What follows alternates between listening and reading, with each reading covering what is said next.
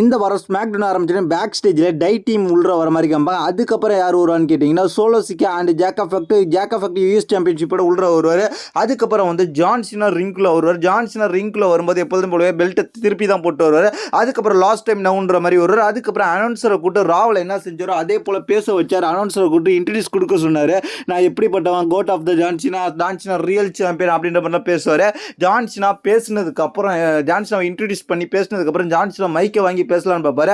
அந்த மைக்கை வாங்கி பேசலான்ற நேரத்தில் என்ன நடக்கும்னு கேட்டிங்கன்னா ரேண்டி ஆர்டன் உள்ள வருவார். ரேண்டி ஆர்டன் உள்ள வந்து பேச ஆரம்பிப்பார். ஜான் சீனா, நீ எப்படிப்பட்டவனா இருந்த, கிட்டத்தட்ட நம்ம 2 பேரும் ரெஸ்லிங் ஆரம்பிச்சு 25 வருஷம் ஆக போகுது ஃபர்ஸ்ட் மேட்ச் விளையாண்டு. இப்போ இன்னும் அதுக்கு சில மாதங்கள் தான் இருக்கு. ஆனால் இப்போ நீ எப்படி இருந்த தெரியுமா ஜான் சீனா? நீ உனக்கு குழந்தைகளுக்கு பிடிச்சவனா இருந்த, நீ மேக் மீ விஷ்.comல நீ எல்லாருக்குமே வந்து வாழ்த்து தெரிவிச்சுட்டு இருந்த, உனக்கு முடிஞ்ச உதவிகளை செஞ்சுக்கிட்டு இருந்த. அப்படிப்பட்ட நீ ஏன் இப்படி மாறின? நீ முதல்ல வந்து நீ குழந்தை பெற்றுக்கணும். அப்போ தான் வந்து உனக்கு ஒரு தந்தையாக மாறினதான் உனக்கு குழந்தைகள் ரசிகர்களோட அருமை தெரியும் அப்படின்ற மாதிரி ஜான்சினா ரேண்டி ஆர்டன் சொல்ல. அது மட்டும் இல்லாமல் ஜான்சன் என்ன சொல்கிறான்னு கேட்டிங்கன்னா, உன்னோட வேலையை மட்டும் பாரு. எப்படி கோடி ரோட்ஸ் அவன் ஃபேமிலிக்கு எதிராக தோத்தானோ அதே போல் நீனும் உன் ஃபேமிலிக்கு நேராகவே தோக்க போகிற, ஃபேமிலிக்கு பக்கத்துலேயே. அதனால உன்னை நான் தோக்கடிக்க போகிறேன் ரேண்டி ஆர்டன், அதை மைண்டில் வச்சுக்கோ அப்படின்ற மாதிரி சொல்கிறார். அது மட்டும் இல்லாமல் நீ என்ன தோக்கல அடிக்க முடியாது. 25 வருஷமா நடந்துகிட்டு இருந்த வரலாற்றை நான் மாற்றி எழுத போறேன் ஜான் சீனா, அதை தெரிஞ்சுக்க அப்படின்னு சொல்லுவாரு. ஜான் சொல்லுவாரு, நீ வெறும் 14 டைம் தான், நான் 17 டைம் இந்த வாட்டியும் சாம்பியனை ஜெயிச்சு 17 டைமா நான் தான் இருக்க போறேன், நீ 14 டைமோடய வீட்டுக்கு போயிடு அப்படின்ற மாதிரி சொல்லி சாம்பியன் தூக்கி அப்படியே ரேண்டி ஆர்டன் மேலே விட்டுருவார். ரேண்டி ஆர்டன் அதை பிடிச்ச உடனே ஜான் சீனா ஓடி போய் ரேண்டி ஆர்டனை பயங்கரமாக அட்டாக் பண்ணுவார். பாஞ்சு அட்டாக் பண்ணி உதவுன்னு உதச்சி அதுக்கப்புறம் வந்து பெல்ட்டால் அடிச்சிடலாம், எப்படி கோடி ரோட்ஸ் ரெஸ்ல்மேனியா அடிச்சோமோ அதே போல் அடிச்சிடலாம்னு சொல்லி ரெடியாகி நிற்பார். ஆனால் அந்த இடத்துல இருந்து ரேண்டி ஆர்டன் உஷாராகவே டக்குன்னு அப்படி கீழே குனிஞ்சுவார். பெல்ட்டை தூக்கிட்டு ஜான்சன் அந்த நான் பின்னாடியே ஓடி அந்த ஜான்சன் திருப்பி பெல்ட்டில் அடிக்க அப்பயே வச்சு ஒரு ஆர்கேவை போடுவார். ஆர்கேவை போட்டுட்டு நான் தாண்டா சாம்பியன் அப்படின்ற மாதிரி கெத்த காமிப்பார். இந்த இடத்துல வந்து ரெஸ்ல்மேனியாவோட ஜெயிச்ச ஜான்சனாவுக்கும் இப்போ ரேண்டி ஆர்டனுக்கும் பேக்லாஷ்ல மேட்ச் WWE இப்போ கன்ஃபர்மேஷன் பண்ணிட்டாங்க.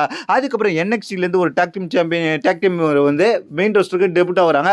ஃப்ராக்சிமம்ன்ற டாக் டீம். இவங்க வந்து இவங்களோட வீடியோ ஃபுட்டேஜை காமிக்கிறாங்க.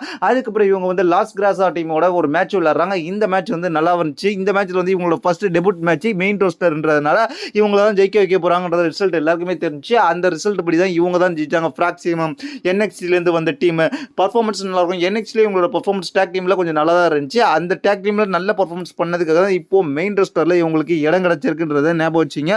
அது மட்டும் இல்லாமல் அடுத்ததா என்ன நடந்துச்சுன்றது கேட்டிங்கன்னா, அடுத்ததா வந்து டிஃப்னி வருவாங்க. டிஃப்னி வந்து ரெஸ்ல்மேனியாவில் ஜெயிச்சதை பற்றி பேசுவாங்க. டிஃப்னி வந்து நான் ரெஸ்ல்மேனியாவில் சார்லட் ஃப்ளேரே பீட் பண்ணிட்டேன் அப்படின்ற மாதிரி பேசுவாங்க. பேசிக்கிட்டு இருக்கல அடுத்த ஆப்பனண்ட்டை யார் வருவான்ற எதிர்பார்த்துக்கிட்டு நேரத்தில் சாட் கேர்கில் வருவாங்க. இவங்களும் ரெஸ்ல்மேனியா நயமியை தோக்கடிச்சிருப்பாங்க. சாட் கேர்கில் வந்து என்ன பேச ஆரம்பிப்பாங்க கேட்டிங்கன்னா, நீ டிஃப்னி நீ வந்து சார்லட் ஃப்ளேரை தோக்கடிச்சிருக்கலாம், சார்லட் ஃப்ளேர் என் அளவுக்கு பவர்ஃபுல்லான ஆளு கிடையாது அப்படின்ற மாதிரி பேசிக்கிட்டு நேரத்தில் இவங்க 2 பேருக்கு கான்ட்ரவர்சியாகி அந்த இடத்துல ஒரு மேட்சஸ் ஃபிக்ஸ் பண்ணுவாங்க. இவங்க 2 பேருக்கு நார்மல் மேட்சாக இந்த மேட்ச்சில் வந்து 2 பேரும் நல்லாவே பர்ஃபார்மன்ஸ் பண்ணிட்டு இருப்பாங்க. ஜாட் கேர்கில் ஒரு கட்டத்தில் டாமினேட் பண்ணுவாங்க. அதுக்கப்புறம் ஜாட் கேர்கில் பின்னாடியே வந்து யார் அட்டாக் பண்ணுவான்னு கேட்டிங்கன்னா, நயமி. ரெஸ்ல்மேனியோட ஃபீல்டு இவங்க அங்கேயே முடிஞ்சிச்சுன்னு நம்ம பார்த்தோம். ஆனால் முடியல. நயமி வந்து பயங்கரமாக அட்டாக் பண்ணுவாங்க. அட்டாக் பண்ணிட்டு இருப்பாங்க. அதுக்கப்புறம் வெளில கடந்த டிஃப்னி அதுக்கப்புறம் உள்ள தூக்கிட்டு வந்து போட்டு நயா ஜாக்ஸ் ஷாக்கிங்காக ரிட்டர்ன் கொடுத்து நயா ஜாக்ஸ் பயங்கரமாக அட்டாக் பண்ணியிருப்பாங்க. அட்டாக் பண்ணது மட்டும் இல்லாமல் நயா ஜாக்ஸ் என்ன பண்ணியிருப்பாங்க கேட்டிங்கன்னா, அவங்களோட ஃபினிஷரை போட்டுட்டு அதுக்கப்புறம் டிஃப்னி வச்சிருந்த சாம்பியன்ஷிப்பை தூக்கி அப்படியே காமிப்பாங்க. நயா ஜாக்ஸ் டிஃப்னியோட சாம்பியன்ஷிப் மோதுறதுக்கு ரெடியாக இருக்கிறாங்கன்ற மாதிரி காமிப்பாங்க. அடுத்ததான் இவங்க ஃபீல்டு எப்படி போயிட்டு இருக்கு. அதுக்கப்புறம் ஜாக் எஃபெக்ட் வருவார். ஜாக் எஃபெக்டும் சோலோ சிக்காவும் வருவாங்க. சோலோ சிக்காவும் ஜாக் எஃபெக்டும் வந்த உடனே என்ன நடக்கும்னு கேட்டிங்கன்னா, சோலோ சிக்கா அப்படியே இன்ட்ரோடியூஸ் பண்ணுறார் ஜாக் எஃபெக்ட் தான் next future of the company, next face of the கம்பெனியாக இருக்க போகிறார் அப்படின்ற மாதிரிலாம் பேசுகிறார். அது மட்டும் இல்லாமல் ஜாக் எஃபெக்ட் அப்படியே அந்த மைக்கை வாங்கி பேச ஆரம்பிக்கிறார். ஏன் நான் ஜெயிச்சதுக்கு முக்கிய காரணம், சாம்பியன்ஷிப்பை வின் பண்ணதுக்கு முக்கிய காரணம் இந்த ஃபேமிலிக்கு நான் கொண்டுட்டு வருவேன்னு நான் சொல்லியிருந்தேன், அதே போல் நான் சொன்னதை செஞ்சேன் அப்படின்ற மாதிரி சோலோ சிக்கிட்ட ஜாக் எஃபெக்ட் பதில் கொடுக்குறாரு. ஃபேக்ட் சொல்கிறாரு. ஜாக் எஃபெக்ட் சொல்கிறாரு, நான் இப்போதைக்கு US சாம்பியனாக ஆகிட்டேன் அப்படின்ற மாதிரி சொல்லியிருக்காரு. அதுக்கு நம்ம ஃபேமிலி தான் காரணம் அப்படின்னு அப்படின்ற மாதிரி ஜேக்கப் ஃபேக்டர் சொல்கிறார். அந்த இடத்துல எல்ஏ நைட் மியூசிக் வருது. எல்ஏ நைட் பேசிக்கிட்டே வராரு.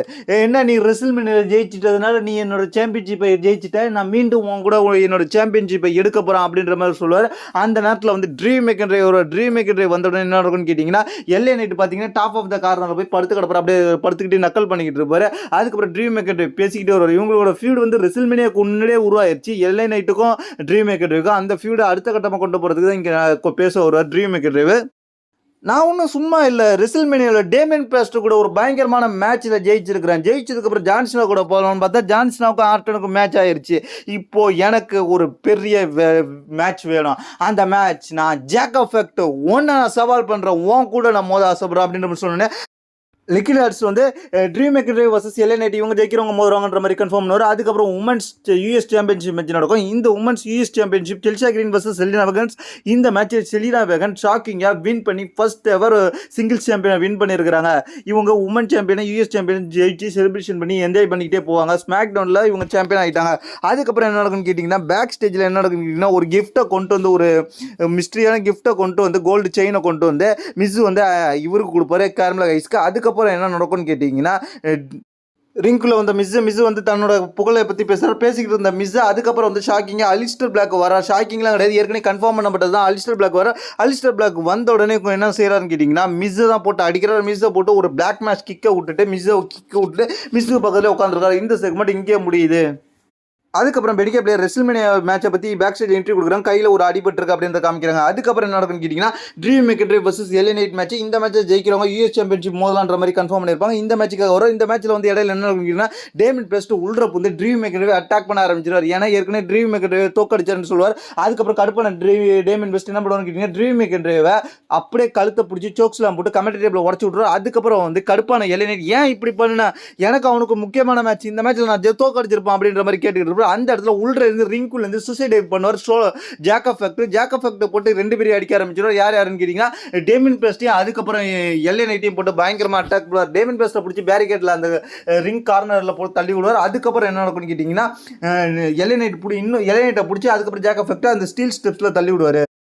அதுக்கப்புறம் ஜேக்கப் ஃபேக்டர் உள்ள எல்ஏ நைட்டை தள்ளி விட்டு அதுக்கப்புறம் அவருக்கு ஒரு மான்சல்ட்டை போடுவார். அதுக்கப்புறம் வந்து டேமியன் பிரைஸ் உள்ள வருவார். உள்ள வந்து அவருக்கும் ஒரு மான்சல்ட்டை போட்டு சாம்பியன்ஷிப்பை தூக்கி உயர்த்தி காமிப்பார். இந்த மூமெண்ட் பயங்கரமாக இருக்குது. யூஎஸ் சாம்பியன்ஷிப் ஃபியூடு இப்போ பயங்கரமாக போயிட்டு இருக்கு.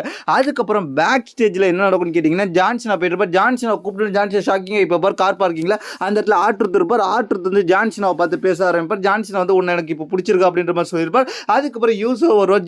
ஜிம்மி யூஸோ என்னடா பேசிக்கிட்டு இருக்கா, அவனை போய் பார்த்து என்ன பேசிக்கிட்டு இருக்கா, அவனே போயிட்டு இருக்கான் வெளில அப்படின்னு. அவன் செய்கிறது எனக்கு பிடிச்சிருக்கு, அவன் இப்போ செய்கிற வேலை எனக்கு ரொம்ப பிடிச்சிருக்கு, அவனை பார்த்து தான் நான் இப்போ க்ரோ ஆகிட்டு இருக்கான் அப்படின்ற மாதிரி சொல்லிட்டு இருப்பார்.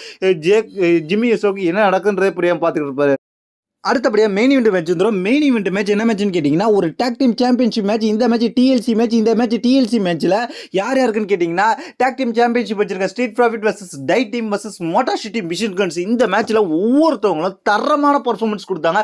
ஏன்னா இந்த மேட்ச்சில் வந்து யாருக்கு என்ன இன்ஜுரி ஆயிருக்குன்றத மேட்ச் முடிஞ்சதான் செக் பண்ணணும். ஏன்னா அந்த அளவுக்கு மூவ்மெண்ட்லாம் கொடுத்துருந்தாங்க. டேபிள் எக்கச்சக்கமாக உடஞ்சி செதறிச்சு, லேடரும் உடஞ்சிச்சு, டேபிள் கணக்கே இல்லாமல் உடஞ்சிச்சு. எத்தனை டேபிள் உடச்சாங்கன்றதை நம்ம எண்ணி பார்த்தாலும் ஒரு 10க்கு மேற்பட்ட டேபிளாக இருக்கும். அதுக்கப்புறம் இந்த மேட்ச்சில் ஒரு கட்டத்தில் ரசிகரோட கட்டக்காலை வாங்கி, அதாவது ஒரு கால் இல்லாமல் இருக்கும்போது பிளாஸ்டிக் கால், அதாவது மரத்தில் செஞ்ச காலை வாங்கி அதை எடுத்து அடித்தார் மாண்டஸ்.